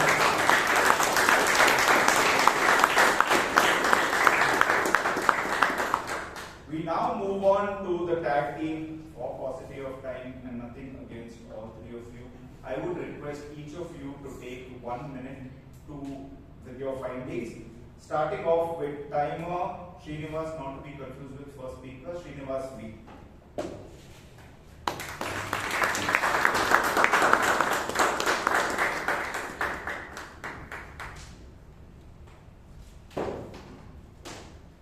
Today we had a fantastic series of speeches on the stage. Only few people has exceeded the timeline, like Toastmaster Pradeep, Vijayan, Toastmaster Vishal, Toastmaster Ganeshbhai, Toastmaster Chaitra.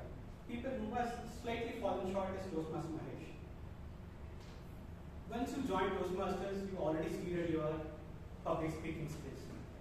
To water your speeches, keep coming on the stage, practicing it. One day, your seed will become a tree, and you will gain a lot of fruits from it. And definitely, that fruit will have a seed to have the future generations among us. Over to you. Thank you, Srinivas. Moving on to the R counter, may I call on Toastmaster Varun.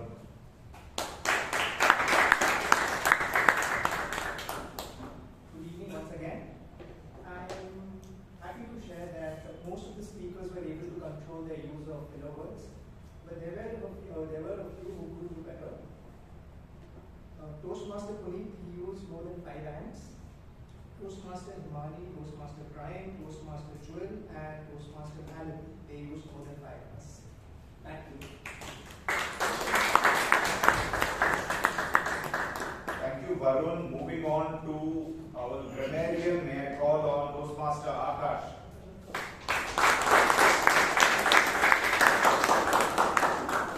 So, I'm very happy to say that the good usages by far exceed the not so good usages. A few good usages are: nature is the greatest and most practical teacher. When you sow a character, you reap your destiny. Rain is pouring cats and dogs. Seal of thought, curious cat. There is no motivation, just orientation. Verdant, emerald green paddy fields. Chirpy and ever bubbling. Understated elegance. Some of the not so good usages were 6,000 population would be population of 6,000. Each one of day would be each day. Achievement she has done would be what she has achieved. And first of all start would be first of all to start. The Toastmasters who use the word of the day were Toastmaster Jacob, Toastmaster Srinivas, Toastmaster Srinivas V, Toastmaster Sudipto, Toastmaster Jose, Toastmaster Shreya, and Toastmaster Pradeep. Thank you. Please give a huge round of applause to the hidden heroes of this meeting.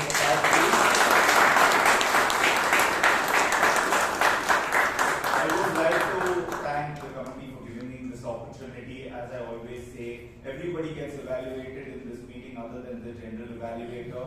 So if anybody felt anything about the way I conducted my role, good, bad, ugly, you can reach out to me and personally let me know. Most happy to hear from you post this meeting. Until then, I'll hand it back to Toastmaster Pradeep, who is the Toastmaster.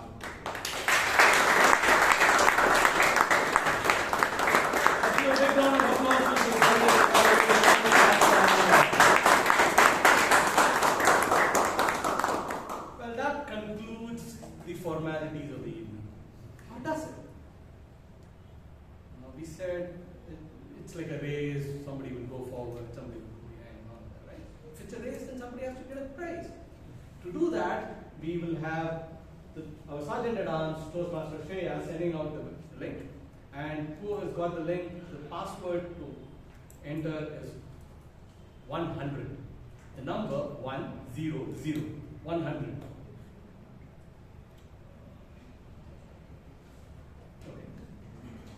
Alright, so I think the password came ahead. The link maybe will come in a little late.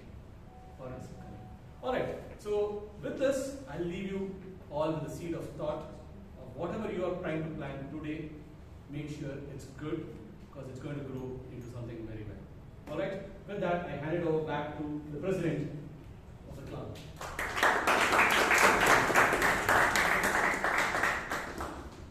Let's hear it for the Toastmaster, the General Evaluator, and all the other road takers who gave us such a fabulous meeting today. Let's hear a big round of applause for them. Now, I think there is a problem in the voting.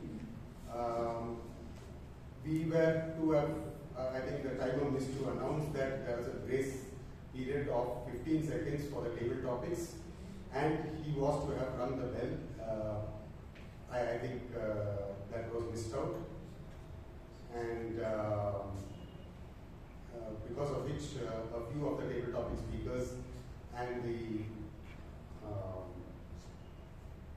road taker has been excluded from the group for the voting.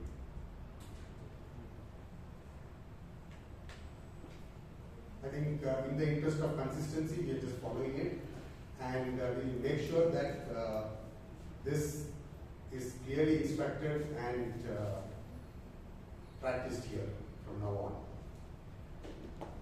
Because the bell should have gone off and that should have been mentioned also about the grace period.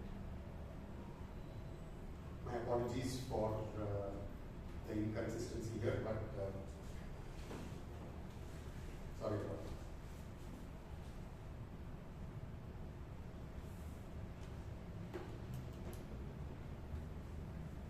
A few announcements. One is that the newsletter, request all the members to please contribute to the newsletter.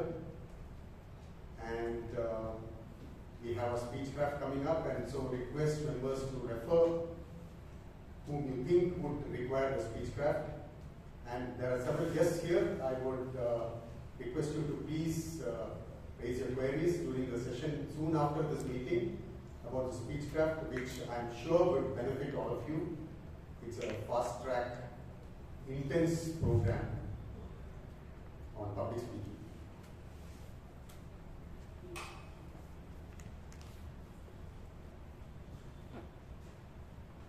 The Best Auxiliary Road Taker Award goes to our grammarian Toastmaster Abhay.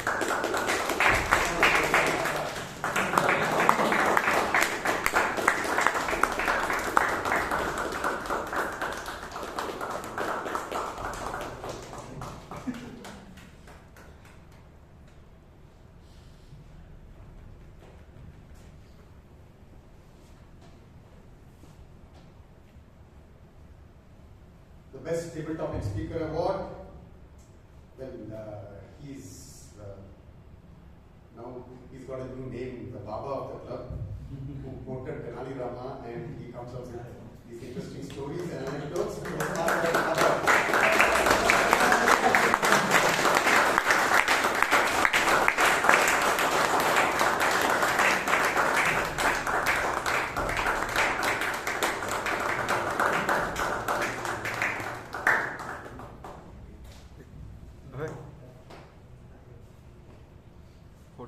He shares the Table Topic Speaker Award with Gangaadhar.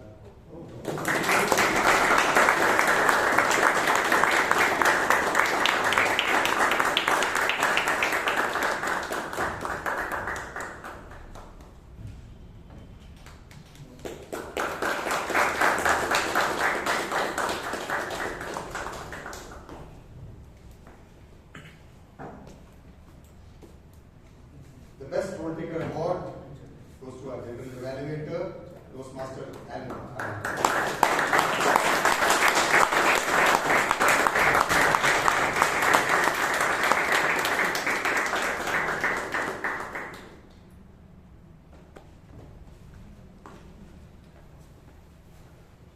The Best Evaluator Award, I think it was a wonderful lesson on evaluation and on doing the speech on that project.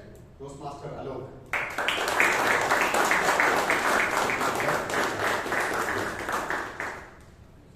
Now the Best Speaker Award goes to the speaker who revealed what he was to, who am I, and did a lot of introspection. Toastmaster Jacob.